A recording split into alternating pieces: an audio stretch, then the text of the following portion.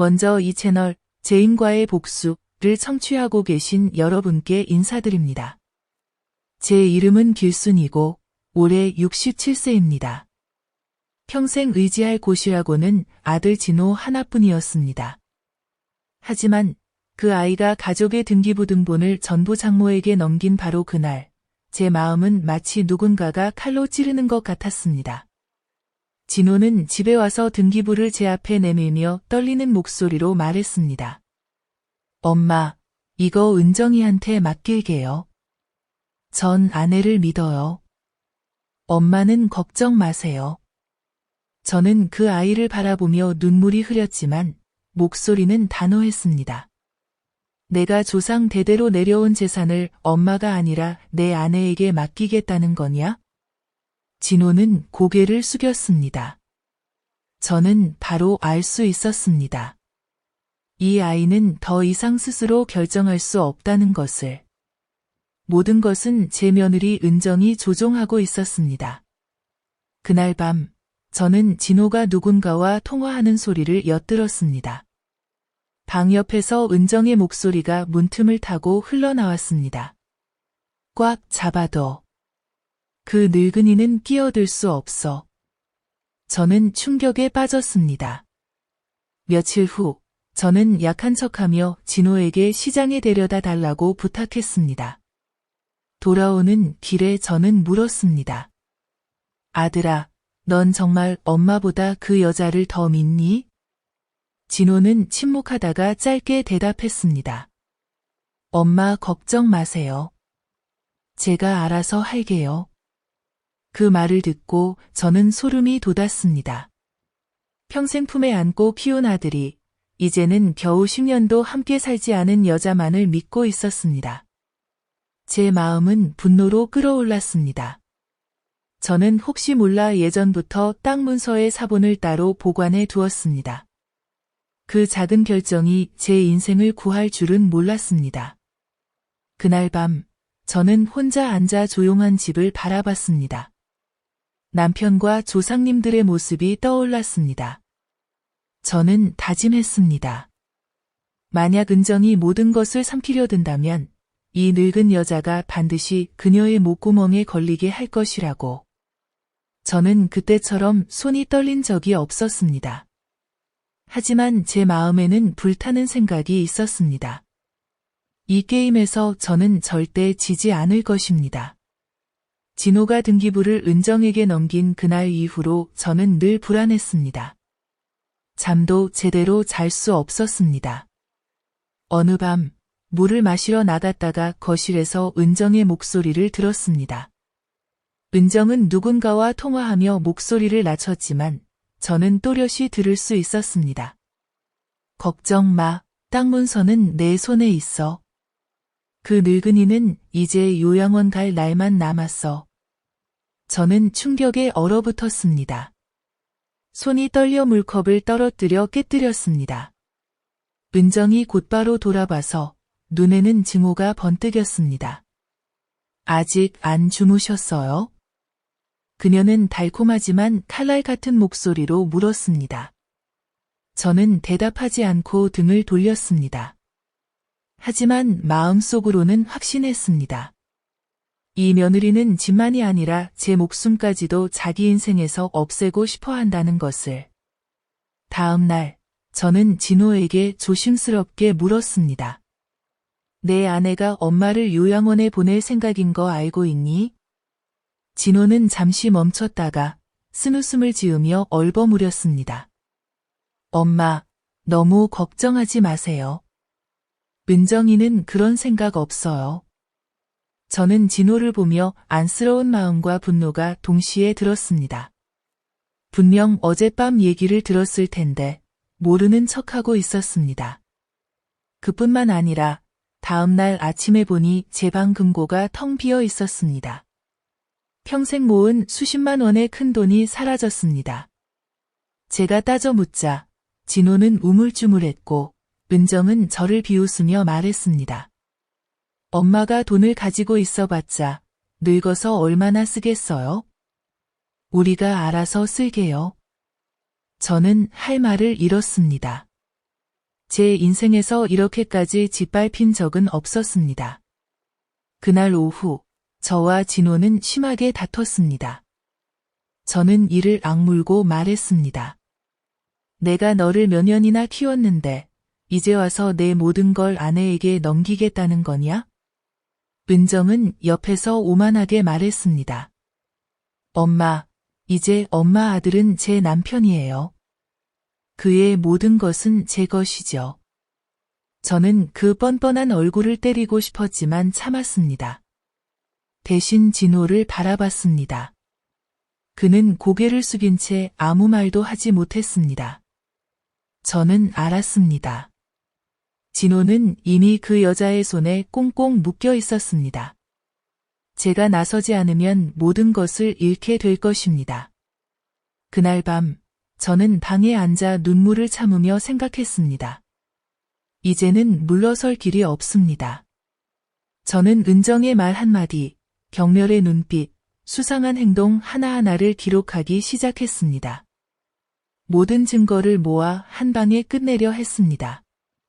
이 싸움, 절대 질 수 없습니다. 그날 밤은 악몽처럼 생생히 기억납니다.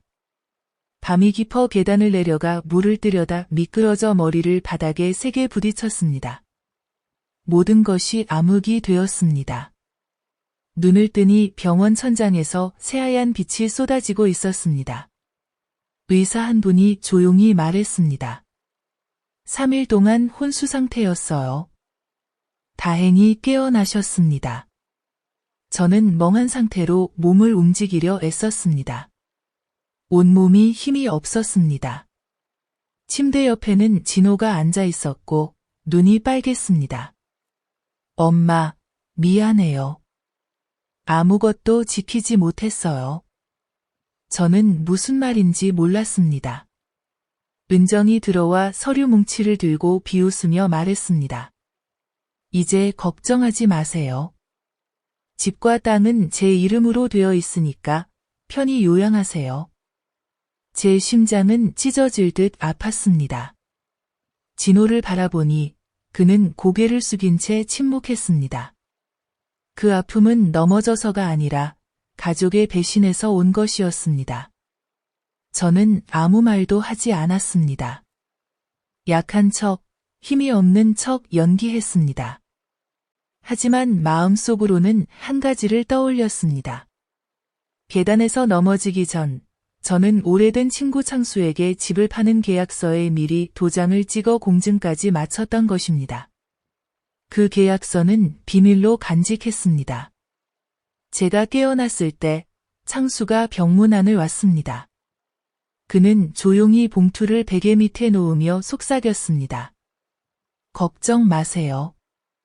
이 돈은 제가 안전하게 보관할게요. 오직 당신만이 찾을 수 있습니다. 저는 가볍게 고개를 끄덕였고 눈을 감았습니다.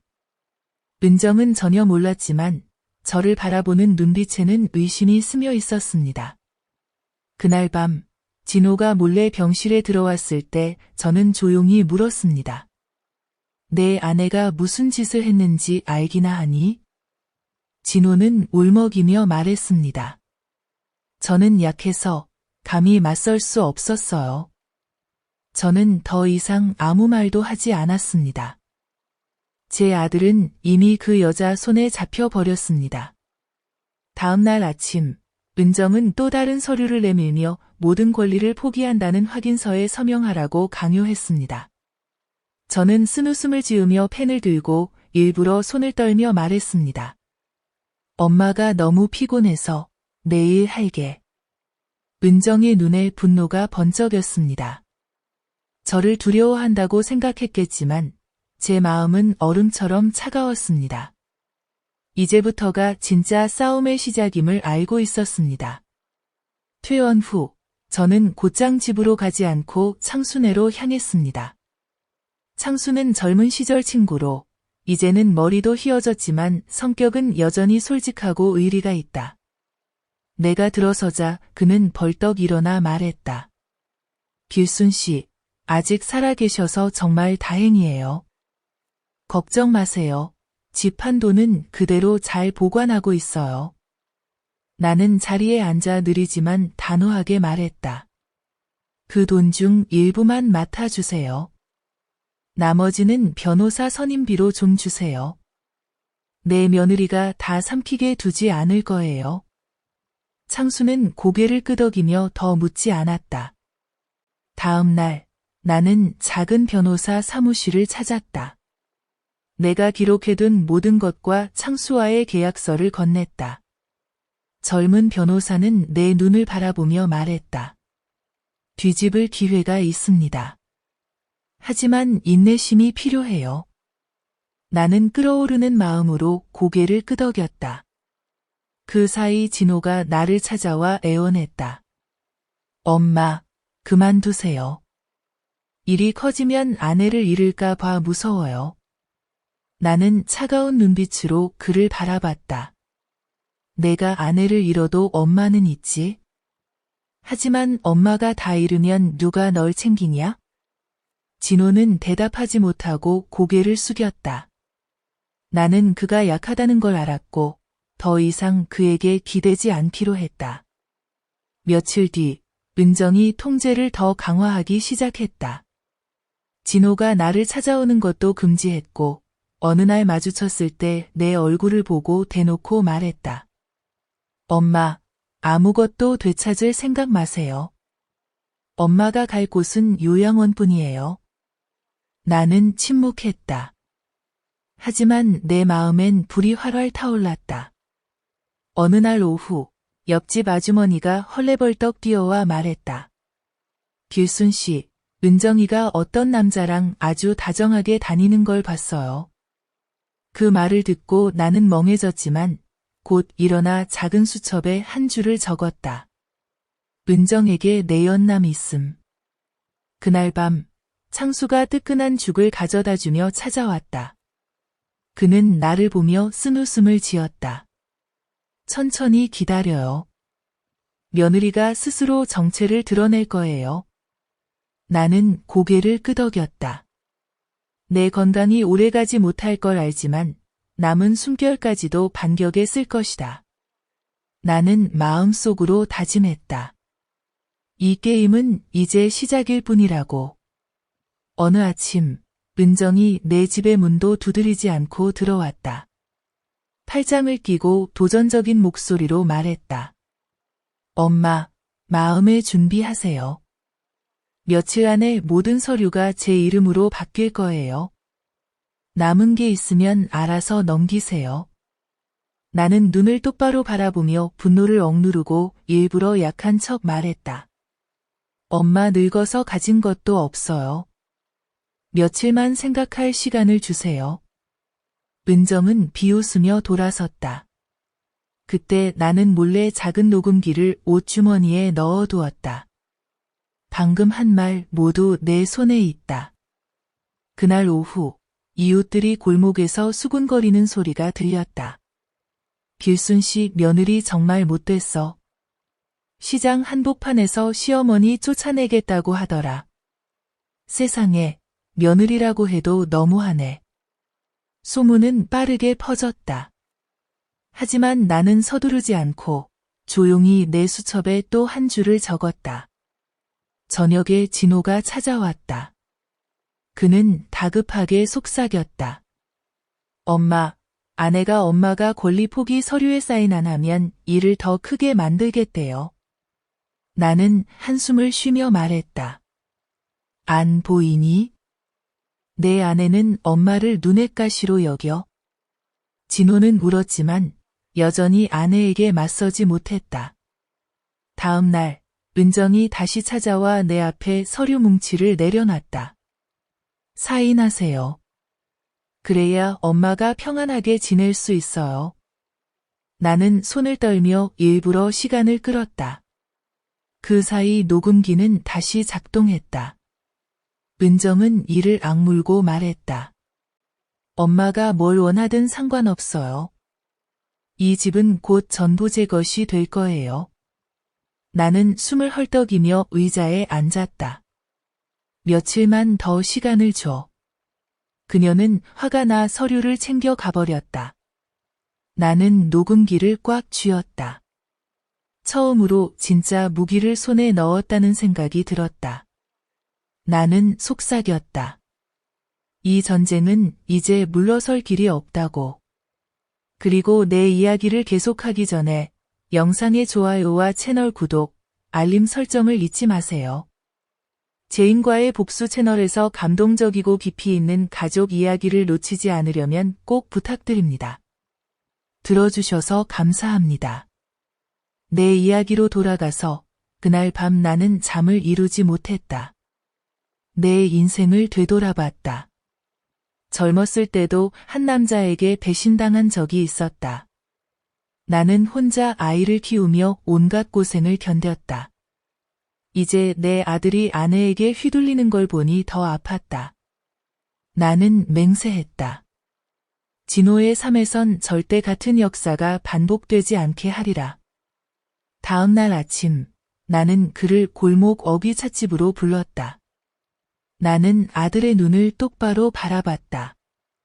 진호야, 정신 차려. 내가 아내에게 휘둘리면 모든 걸 잃어. 엄마까지도. 그는 고개를 숙이며 떨리는 목소리로 말했다. 알아요. 하지만 아내를 잃을까 두려워요. 나는 주먹을 쥐고 떨리는 목소리로 또박또박 말했다. 내가 아내를 잃는 게 무섭겠지만 엄마는 널 잃는 게 더 무서워. 알겠니? 그는 아이처럼 울었다. 바로 그때 은정이 나타나 눈물을 닦는 척하며 남편 옆에 앉았다. 엄마, 죄송해요. 제가 성격이 급해서 그랬어요. 너무 마음에 담지 마세요. 말은 부드럽지만 눈빛은 차가웠다. 그 모습을 보고 나는 소름이 끼쳤다. 그날 저녁 나는 국을 끓였다. 은정은 팔짱을 끼고 숟가락도 들지 않은 채 중얼거렸다. 머지않아 엄마도 이 집에서 나가야 할 거예요. 나는 진호를 바라봤다. 그는 아무 말도 하지 않다가 갑자기 밥그릇을 3개 내리쳤다. 엄마, 시골로 내려가세요. 내가 알아서 할게요. 나는 얼어붙었다. 유일한 아들이 이제는 대놓고 아내 편을 들었다. 나는 울지 않았다. 그저 나무를 집어 삼켰다. 내 마음속엔 피가 끓어올랐다. 나는 다짐했다. 아들은 약할지 몰라도 이 어머니는 약하지 않다고. 진호가 내게 소리쳤던 그 밥상 이후 나는 더 이상 잃을 게 없음을 알았다. 나는 전날 녹음 파일을 변호사에게 가져갔다. 그는 듣고 고개를 끄덕였다. 조용히 계세요. 아직 공개하지 말고 더 증거를 모읍시다. 그때 판을 뒤집을 수 있습니다. 나는 녹음기를 낡은 상자에 조심스럽게 감춰두고 잠갔다. 밖에서는 일부러 약한 척, 아무것도 모르는 듯 장을 보러 다녔다.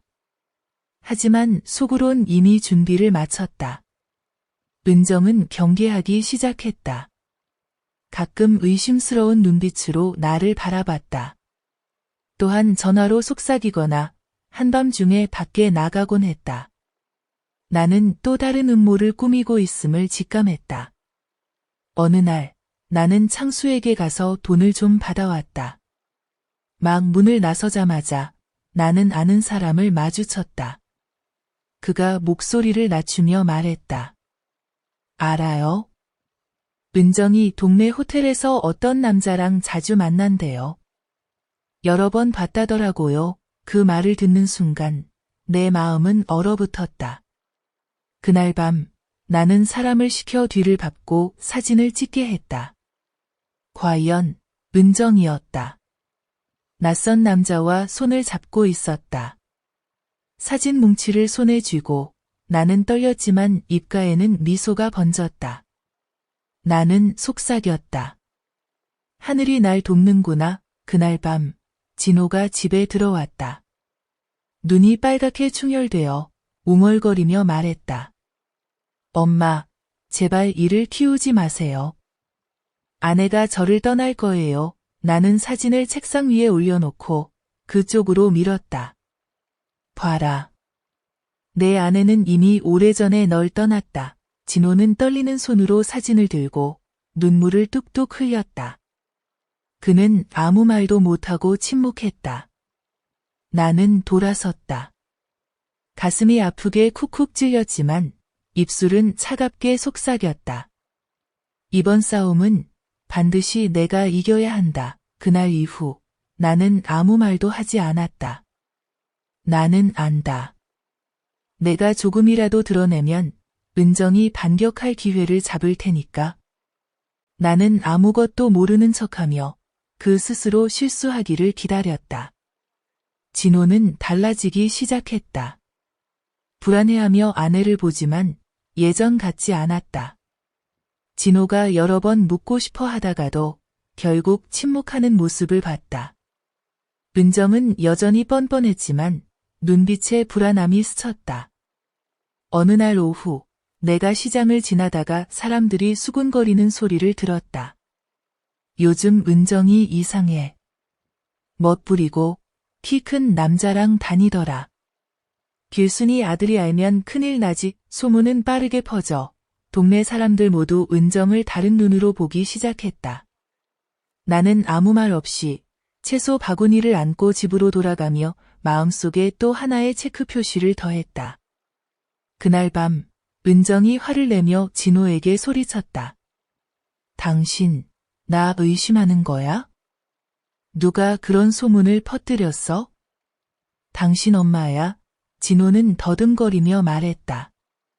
아니야. 은정은 손에 쥔 그릇을 바닥에 내던져 산산조각 냈다. 나는 겁내지 않고 차갑게 바라보며 말했다. 은정아, 내가 뭘 하든 상관없다. 하지만 기억해.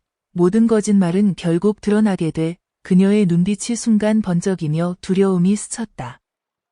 은정은 방으로 달려가 문을 쾅 닫았다. 한밤중 내 전화가 울렸다. 낯선 목소리가 속삭였다.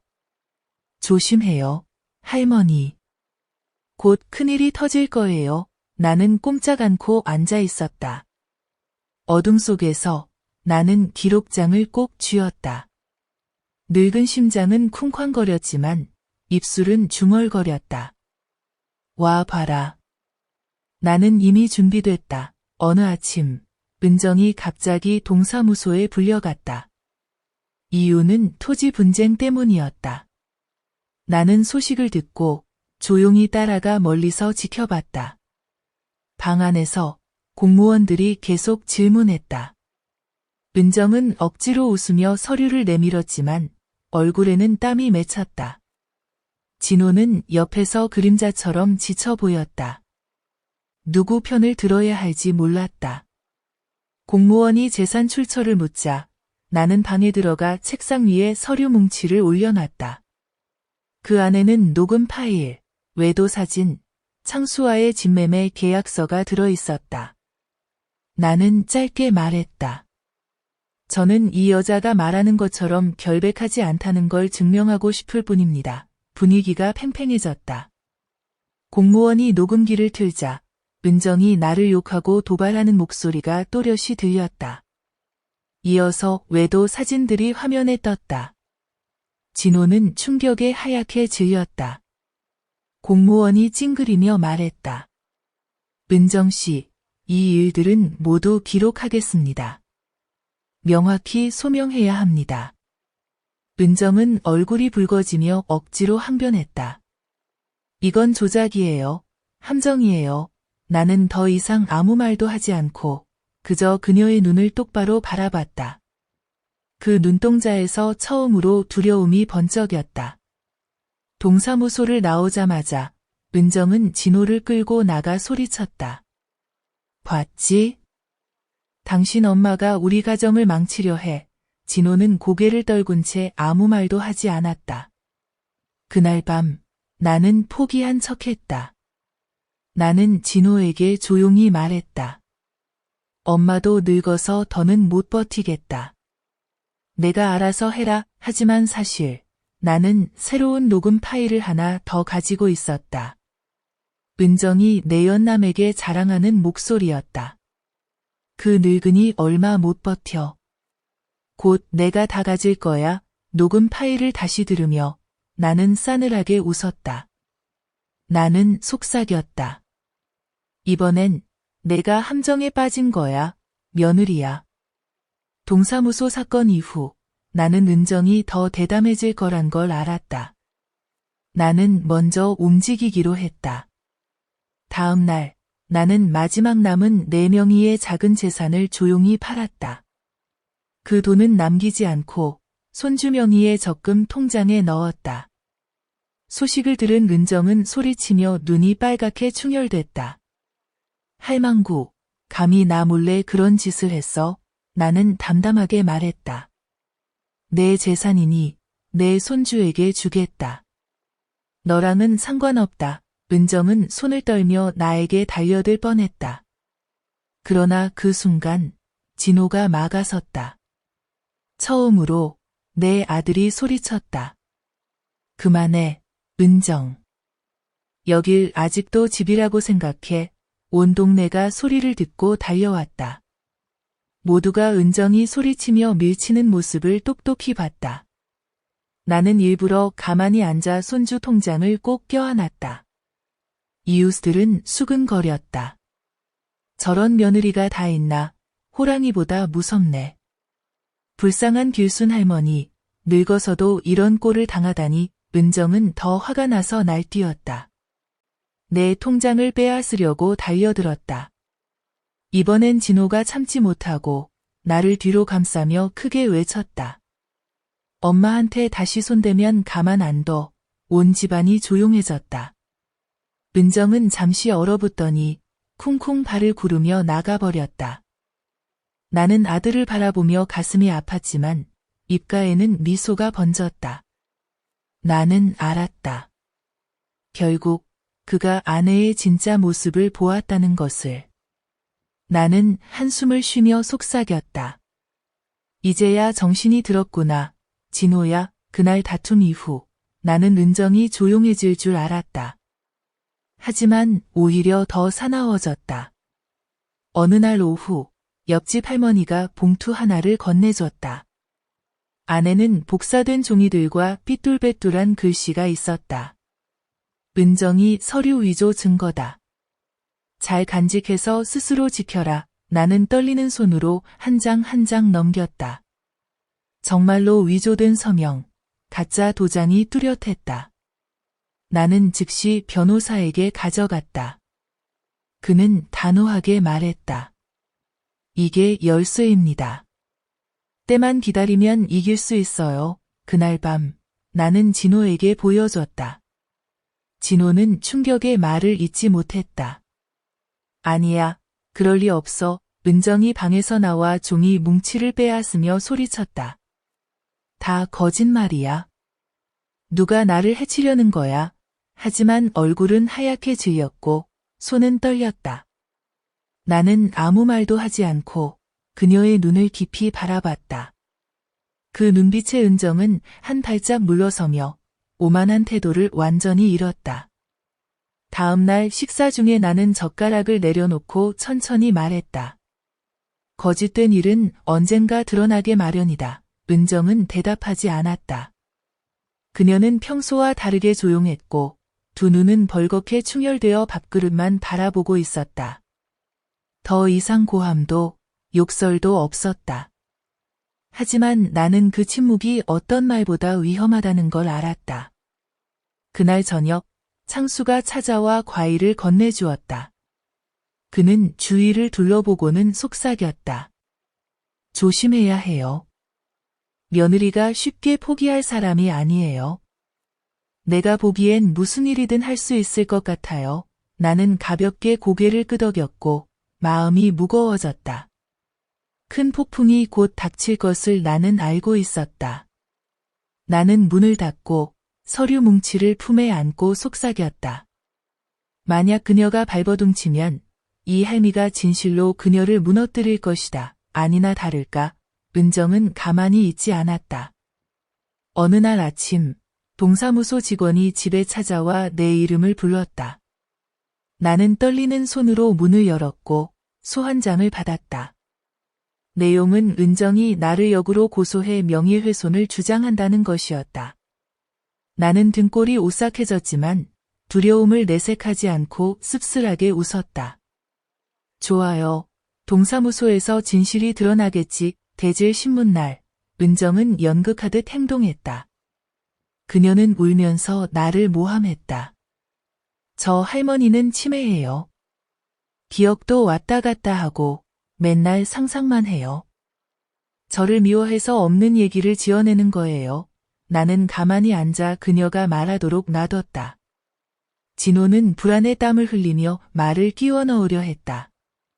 그만해, 은정. 하지만 은정은 남편 목소리를 덮으며 소리쳤다. 아니, 내 명예를 되찾아야 해. 직원이 나를 바라보며 물었다. 증거가 있습니까? 나는 침착하게 주머니에서 USB를 꺼내 책상 위에 올렸다. 여기에 녹음과 위조 서류가 있습니다. 들어보시죠. 스피커에서 은정의 목소리가 또렷하게 흘러나왔다. 저 할머니, 머지않아 내 인생에서 사라질 거야. 그녀의 얼굴이 하얗게 질리며 더듬거렸다. 저건 조작이에요. 하지만 직원은 말없이 기록만 했다. 한 이웃이 참관하며 속삭였다. 전에 은정이 서류를 찢어 쓰레기장에 버리는 걸 본 적 있어요. 이걸 들으니 이제 믿겠네요. 모두의 시선이 그녀에게 쏠렸다. 은정은 몸을 떨었지만 끝까지 우겼다. 그날 밤 나는 앉아있는데 문이 삐걱거리는 소리가 났다. 손전등을 들고 비춘이 은정이 나무장롱을 뒤지고 있었다. 나는 다가가 전등을 켜며 차가운 목소리로 말했다. 이걸 찾는 거냐? 그녀는 놀라 얼굴이 하얗게 질렸다. 나는 휴대폰을 들어 화면을 보여주었다. 집안에 숨겨둔 작은 카메라로 촬영한 영상이었다. 은정은 벌벌 떨며 아무 말도 하지 못했다. 나는 속삭였다. 이 영상이면 모든 게 끝날 거다. 대질 신문이 열린 위원회 회의에는 친척, 이웃, 직원 모두가 참석했다. 숨막히는 분위기였다. 나는 방 한가운데에 앉아 USB와 서류 뭉치를 꼭 쥐고 있었다. 직원이 신호를 보냈다. 길순 씨, 하실 말씀 있습니까? 나는 일어나 천천히 말했다. 많이 말하고 싶지 않습니다. 모두 들어보고 확인해 주세요. 나는 USB를 건넸고 스피커에서는 은정이 나를 욕하며 요양원에 보내버리자고 하는 소리가 흘러나왔다. 이어서 그녀가 내연남에게 자랑하는 녹음, 몰래 침입할 때 촬영한 영상까지 이어졌다. 화면에는 그녀가 중얼거리는 모습이 뚜렷이 나왔다. 이 할머니 서류는 꼭 가져가야 해. 방안이 술렁이었다. 많은 이들이 고개를 저었고 한숨을 쉬는 사람도 있었다. 은정은 벌떡 일어나 소리쳤다. 조작이야. 전부 다 조작이야. 직원이 책상을 치며 엄한 목소리로 말했다. 진정하세요. 이 자료는 법적 효력이 있습니다. 우리는 기록하고 규정에 따라 처리하겠습니다. 진호는 그때 머리를 감싸쥐고 책상에 엎드려 흐느꼈다. 어머니, 내가 왜 이렇게 어리석었을까? 그는 내게 달려와 끌어안고 오열했다. 엄마, 미안해요. 내가 잘못했어요. 나는 그의 어깨에 손을 얹고 아무 말도 하지 않았다. 뜨거운 눈물이 내 손등에 떨어졌지만 내 마음은 싸늘했다. 은정은 상황이 뒤집히자 소리치며 발버둥쳤다. 아니야. 난 지지 않아. 다들 나를 해치려고 작당한 거야. 하지만 그녀의 목소리는 방 안의 웅성거림에 묻혀 사라졌다. 마을 사람들은 속삭였다. 저런 며느리가 다 있나? 너무 독하다. 길순 할머니가 불쌍해. 소문은 단 하루 만에 마을에 퍼졌다. 은정의 내연남도 소식을 듣고 도망쳐버려 다시는 모습을 드러내지 않았다. 나는 가만히 앉아 있다가 천천히 일어나 문 쪽으로 걸어갔다. 나가기 전에 단 한마디만 낳고 단호하게 말했다. 이 게임은 끝났다. 대질 신문 이후 은정은 눈에 띄게 무너졌다. 그녀는 친부모에게도 외면당했고 친척들 중 아무도 그녀를 감싸지 않았다. 마을 사람들도 격렬의 시선으로 바라봤다. 어느 날 내가 마당에서 채소를 다듬고 있는데 은정이 갑자기 대문 앞에 무릎을 꿇었다. 그녀는 울며 날카로운 목소리로 말했다. 엄마, 제발 용서해 주세요. 제가 잘못했어요. 한 번만 용서해 주세요. 이웃들이 몰려와 구경하며 수근거렸다. 동정하는 사람도 통쾌해하는 사람도 있었다. 나는 그녀를 바라보았지만 마음엔 더 이상 연민이 남지 않았다. 나는 또렷이 한마디만 했다. 각자 인생을 살아라. 은정은 울부짖으며 머리를 땅에 박았지만 나는 등을 돌려 집으로 들어가 문을 쾅 닫았다. 며칠 뒤 그녀는 사라졌다. 아무도 어디로 갔는지 몰랐다. 어떤 이는 내 연남을 따라갔다 하고 또 어떤 이는 부끄러워 도망쳤다고 했다. 진호는 방에서 멍하니 얼굴을 감싸고 앉아 있었다. 밤마다 그의 울음소리가 들렸다. 그러던 어느 날 그는 떨리는 손으로 이혼 서류를 내밀었다. 엄마, 나 이혼하기로 했어. 더는 못 견디겠어. 나는 아들을 바라보며 가슴이 아팠지만 고개를 끄덕였다. 이 결정이 늦었지만 적어도 스스로 벗어나려 했다는 걸 알았다. 진호가 서류를 제출한 날 마을이 술렁이었다. 은정은 돌아오지 않았고 이혼에도 반대하지 않았다. 그날 밤 수년 만에 처음으로 나는 혼자 앉아 진심으로 미소를 지었다. 그 미소는 통쾌함이 아니라 홀가분함 때문이었다. 나는 속삭였다. 드디어 내가 이겼구나. 이혼 후 진호는 어린아이를 데리고 나와 함께 살았다. 아이는 4살밖에 안 되어 아무것도 모른 채 엄마를 찾으며 울었다. 나는 손주를 안고 가슴이 저렸다. 이제부터 나는 할머니이자 엄마가 되어 아이를 돌봐야 했다. 처음엔 모든 게 서툴렀다. 손주가 아프면 밤새 간호했고 배고프면 밥을 데워주었다. 어느 날은 너무 지쳐서 방바닥에 쓰러지기도 했다. 진호는 무릎을 꿇고 사과했다. 엄마, 내가 불효했어요. 엄마가 늙어서까지 손주까지 돌보게 하다니 나는 그를 바라보며 쓴 목소리로 말했다. 용서는 할 수 있지만 잊지는 못한다. 명심해라. 진호는 고개를 숙이고 조용히 있었다. 그날 이후 그는 변하기 시작했다. 그는 일찍 출근하고 늦게 퇴근하지만 더 이상 어울려 다니지 않는다. 나는 그것을 보고 그가 잘못을 만회하려고 애쓰고 있다는 것을 안다. 이웃들은 안쓰러워하며 가끔씩 채소나 쌀을 가져다 준다. 창수도 자주 들러 어린 손주에게 글을 가르치고 나에게 보약을 가져다 준다. 그는 말한다. 할머니, 건강 챙기셔야 해요. 아이가 할머니를 필요로 해요. 나는 고개를 끄덕이지만 마음은 무겁기만 하다. 왜냐하면 나는 안다. 설령 이긴다 해도 상처는 여전히 남아있을 것임을. 내 아들은 가족을 잃었고 손주는 어머니를 잃었다. 어느 날 밤 손주가 깊이 잠든 모습을 바라보며 작은 손이 내 옷을 꼭 쥐고 있는 것을 본다. 문득 깨달았다. 내가 하는 모든 것은 승패 때문이 아니라 남아있는 피부치를 지키기 위함임을. 나는 속삭인다. 이 아이만 지킬 수 있다면 나는 모든 것을 감수할 수 있어. 모든 일이 잠잠해진 줄 알았지만 어느 날 오후 내가 손주를 재우고 있는데 문을 세차게 두드리는 소리가 울렸다. 문을 열자 은정이 서 있었다. 그녀는 몹시 여위고 머리는 헝클어져 있었으며 옷차림도 흐트러져 있었다. 눈은 충혈되어 미친 사람처럼 보였다.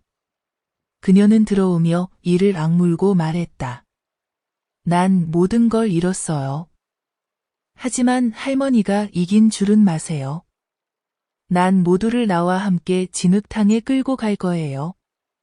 나는 손주를 꼭 안고 문 앞을 막아서서 차갑게 말했다. 이제 당신에겐 여기에 아무런 권리도 없어.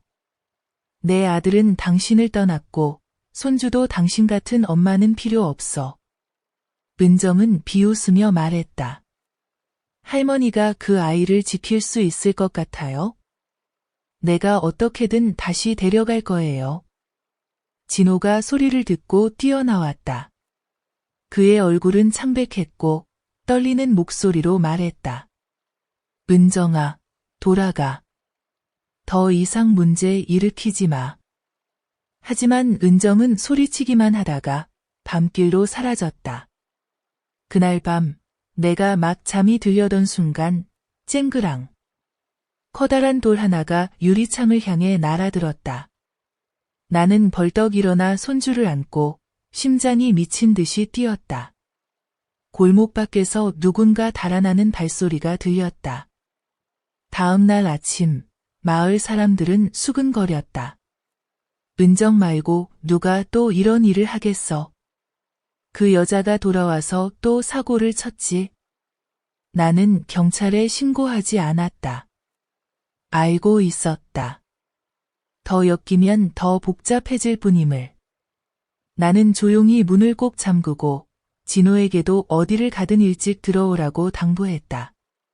마음속으로는 분명히 알고 있었다. 이 여자는 절대 변하지 않을 것임을. 그녀는 반드시 다시 돌아올 것이다. 나는 어둠 속에서 조용히 속삭였다. 당신 같은 사람은 평생 증오만 알 뿐이야. 돌을 던진 사건 이후 나는 은정이 멈추지 않을 것을 알았다. 역시나 일주일도 안 되어 그녀는 양육권 소송을 제기했다. 나는 그 서류를 들고 손은 떨렸지만 눈은 빛났다. 이것이 마지막 결전이 될 것임을 알았다. 진호는 불안에 떨며 방 안을 서성거렸다. 엄마, 만약 법원이 그 여자에게 양육권을 주면 어떡해요? 난 정말 못 견딜 거예요. 나는 아들의 어깨에 손을 얹고 단호하게 말했다. 걱정하지 마라. 그 여자는 엄마가 될 자격이 없어. 우리가 그걸 증명할 거야. 나는 모든 서류와 녹음, 영상, 심지어 외도와 서명 위조의 증거까지 변호사에게 건넸다. 그는 꼼꼼히 자료를 정리하며 고개를 끄덕였다. 걱정 마세요. 이 자료면 충분합니다. 재판 당일 법정은 숨소리조차 들리지 않을 만큼 조용했다. 은정이 들어섰다. 수척한 얼굴이었지만 눈빛은 여전히 증오로 불타고 있었다. 그녀는 내가 일부러 부부를 갈라놓았고 손주를 빼앗으려 한다고 진술했다. 내 차례가 되자 나는 단상에 올라가 똑바로 서서 또렷한 목소리로 말했다.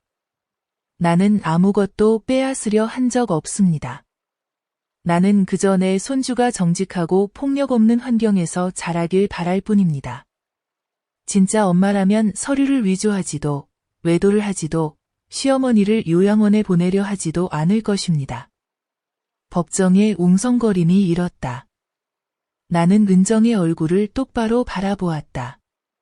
그녀는 고개를 떨구고 입술이 파르르 떨렸다. 판사는 서류를 뒤적이고 망치를 두드렸다. 은정의 소송을 기각한다. 양육권은 진호에게 있다. 은정은 얼어붙은 듯 서 있다가 갑자기 법정 한가운데에서 쓰러졌다. 그녀의 울음소리가 울려 퍼졌고 듣는 이들 모두 소름이 돋았다. 진호는 나를 끌어안고 어린아이처럼 울었다. 엄마, 평생 엄마에게 빚졌어요. 나는 그의 등을 토닥이며 눈물이 흐르면서도 말했다. 이게 바로 진짜 해방이란다. 재판이 끝난 뒤 모든 폭풍이 점차 가라앉았다. 은정은 마을에서 사라졌고 아무도 그녀를 다시 보지 못했다. 사람들은 그녀가 먼 곳으로 떠났다고, 어떤 이는 남쪽으로 도망쳤다고, 또 어떤 이는 국경까지 나가 일한다고 수근거렸다. 하지만 내게 그녀는 더 이상 존재하지 않는 사람이었다. 진호는 점차 안정을 되찾았다. 목재 공장에 취직해서 아침에 나가고 저녁에 돌아오며 전보다 더 성실해졌다. 가끔 나는 그가 조용히 아들을 바라보며 눈시울을 붉히는 것을 본다. 아마도 후회가 아직 남아있는 것일 것이다. 나는 손주를 돌보는데 집중했다. 아침엔 유치원에 데려가고 오후엔 함께 채소에 물을 주고 글을 읽었다. 아이는 천진난만하게 엄마를 거의 기억하지 못하고 나만 졸졸 따라다니며 할머니, 할머니라고 부른다. 이웃들은 그 모습을 보고 모두 안쓰러워했다. 쌀을 가져오는 이도 있고 채소를 주는 이도 있으며 어떤 날은 그림책 세트까지 보내주었다. 나는 그 호의를 받아들이며 지난날의 쓰라림을 조금은 보상받는 듯 마음이 따뜻해졌다. 창수도 여전히 자주 들렀다. 어느 날 그는 조심스럽게 말했다. 할머니, 우리 집으로 오세요. 제가 모시기 편할 거예요. 나는 웃으며 고개를 저었다. 아직 건강하니 손주 돌볼 수 있어요. 내가 스스로 살아야 내 가치도 느끼죠. 그 시절, 내 삶은 느려졌다. 더 이상 욕설도, 계략도 없었다. 오직 아이의 웃음소리와 부엌의 연기 냄새만 있을 뿐이었다. 어느 날 오후, 나는 마당을 뛰노는 손주를 바라보며 마음이 바람처럼 가벼워졌다. 나는 조용히 속삭였다. 하늘이 맑으니 내 마음도 평안하다. 시간은 빠르게 흘렀고 내 건강은 점점 약해졌다. 기침이 자주 나오고 어떤 날은 밤새 한숨도 못 자고 앉아 있기도 했다. 나는 걱정이 되었다. 내가 쓰러지면 어린 손주는 어떻게 될까? 어느 날 나는 진호를 불러 조용히 말했다. 엄마는 이제 늙어서 얼마나 더 살지 몰라. 약속해 다오. 무슨 일이 있어도 내 아이를 잘 돌봐야 한다. 엄마처럼 힘든 삶을 물려주지 마라. 진호는 무릎을 꿇고 눈이 빨갛게 충혈되어 말했다. 걱정 마세요, 엄마. 이제부터 절대 실망시키지 않을게요. 아들과 엄마 모두 잘 돌볼게요. 나는 그를 바라보며 마음이 따뜻하면서도 불안했다. 이 약속을 몇 번이나 들었는지 모르지만 이번엔 눈빛이 달랐다. 나는 다시 한번 믿어보기로 했다. 얼마 후 내 병세는 더 심해졌다. 어느 날 오후 나는 부엌에서 일하다가 어지러워 쓰러졌다. 깨어나 보니 나는 침대에 누워 있었고 옆에는 진호가 내 손을 꼭 잡고 흐느끼며 엄마 나를 버리지 마세요 라고 말했다. 어린 손자가 침대에 올라와 내 이마에 입을 맞추며 조용히 말했다. 할머니, 오래 자지 마세요. 나는 힘겹게 미소를 지으며 손을 뻗어 손자의 머리를 쓰다듬었다. 그 순간 내 인생이 주마등처럼 스쳐 지나갔다. 젊은 시절 배신당했던 날들, 아이를 키우기 위해 고생했던 시간들, 은정과 맞서 싸웠던 세월까지 모든 것이 긴 영화처럼 마지막 장면에 다다른 듯했다. 나는 목이 잠기고 힘없는 목소리로 또렷하게 속삭였다. 이제 엄마는 마음이 놓인다. 마지막 날은 내가 생각했던 것보다 더 조용히 찾아왔다. 아침에는 아직 손자의 머리를 쓰다듬으며 착하게 지내라고 당부했다. 점심 무렵 나는 점점 힘이 빠지고 눈이 흐려졌다. 나는 이 세상을 떠날 시간이 왔음을 알았다. 나는 침대에 누워 있었고 진호가 옆에 앉아 붉어진 눈으로 떨리는 손으로 내 손을 잡았다. 그는 속삭였다. 엄마, 사랑해요. 고마워요. 나는 말없이 고개를 끄덕였다. 어린 손자가 내 가슴에 얼굴을 대고 순수한 목소리로 말했다. 할머니, 주무세요. 제가 노래 불러드릴게요. 맑은 아이의 노래소리가 들려오며 나는 마지막 잠에 빠져들었다. 나는 눈을 감고 한숨을 쉬며 모든 짐을 내려놓았다. 장례식은 소박하지만 따뜻하게 치러졌다. 온 마을 사람들이 가득 모여들었다. 모두가 나를 강인하게 가족을 지켜낸 여자라고 기억했다. 진호는 상복을 입고 관 옆에 무릎을 꿇고 있었다. 많은 이들이 그의 어깨를 두드리며 말했다. 넌 위대한 어머니를 두었으니 절대 잊지 마라. 창수는 마루 밖에서 조용히 서서 촉촉한 눈으로 내 영정을 바라보며 말없이 고개를 끄덕였다.